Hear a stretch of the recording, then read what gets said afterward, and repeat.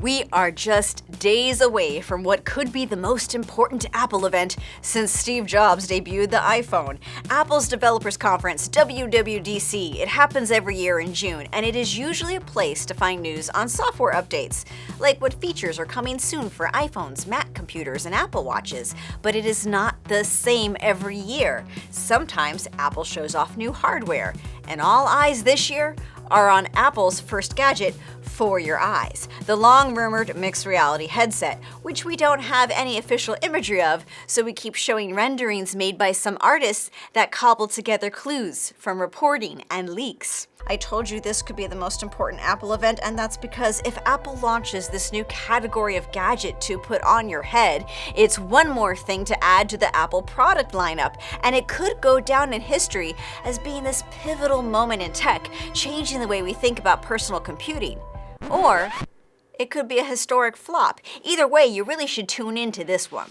Tim Cook takes to the stage for the keynote at the Apple Park campus on Monday, June 5th at 10 a.m. Pacific time, and it is something that you can watch at home as it is broadcasted on Apple's WWDC 2023 page and the Apple YouTube channel. I have for you a simple guide on what news to expect and what questions we hope are answered. I'm Bridget Carey, and this is One More Thing.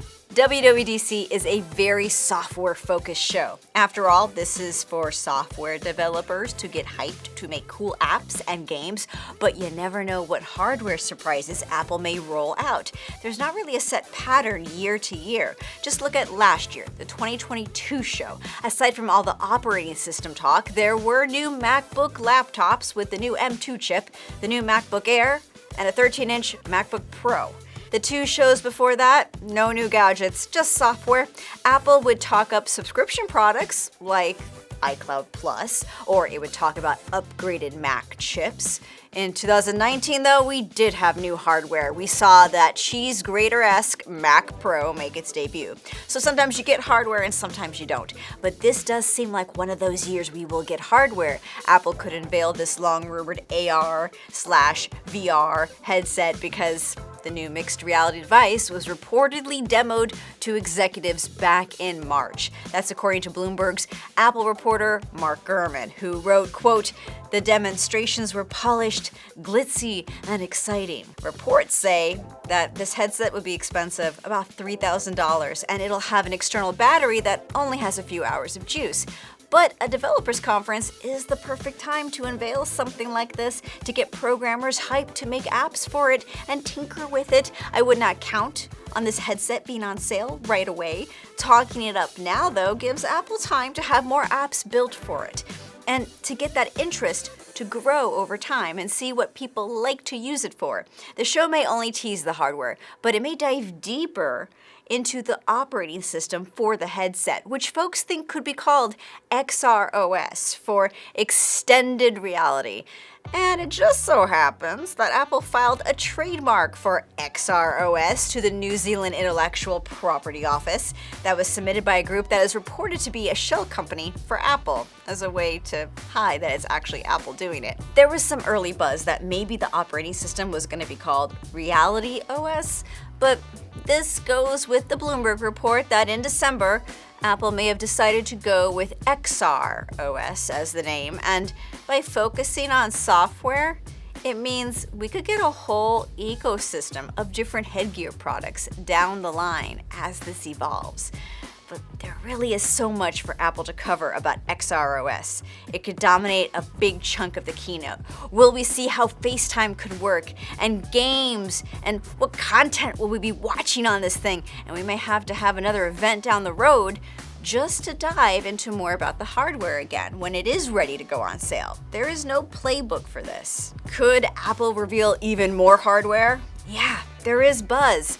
Let's go back to the Mac Pro again. It has been 3 years since it came out, and it's the only Mac that hasn't made the transition from Intel to Apple's own silicon chip. Something could happen soon with that machine. Apple is also said to be working on a larger version of the MacBook Air. Headset, Mac Pro, new laptop, 3 devices is a lot when Apple also has to go over the new operating system updates. So don't get your hopes up if we don't see all of these products. Apple may spread this out a bit over the year, but it is possible. Let's talk about software. Look for big changes around WatchOS 10. Bloomberg says Apple may change the user interface, maybe make it more widget-focused. But the iPhone is the popular kid, so expect more time to be spent on what is inside iOS 17. Something that doesn't get released until the fall, but we do get a first taste of new things to come for developers to test. There are rumors of enhancements to Dynamic Island, maybe updates to the camera app and health apps, since Apple is putting more of a spotlight lately on health. The iPad has its own OS. It's called iPad OS 17, and that will also get time on stage, along with whichever California landmark will be the name of macOS 14, the follow-up to macOS Ventura. I'm personally eager to see if Apple's going to talk about its devices like the HomePod or tvOS getting support for Matter. That's the name of the smart home standard that makes it easier for Google, Amazon, and Apple products to all play nice together with one home hub. It's also time to keep your ears open if Apple will utter the words AI, as in artificial intelligence. Recently, Apple previewed some new accessibility features that very much used AI tech, like personal voice. It has the iPhone be able to learn to speak in your voice, mimic your voice. It's designed for people who have trouble speaking or maybe losing their voice. Apple has plenty of AI smarts in its products. I just wouldn't expect Apple to flaunt that term like other companies do right now. What will you be paying attention to most when you tune into the stream?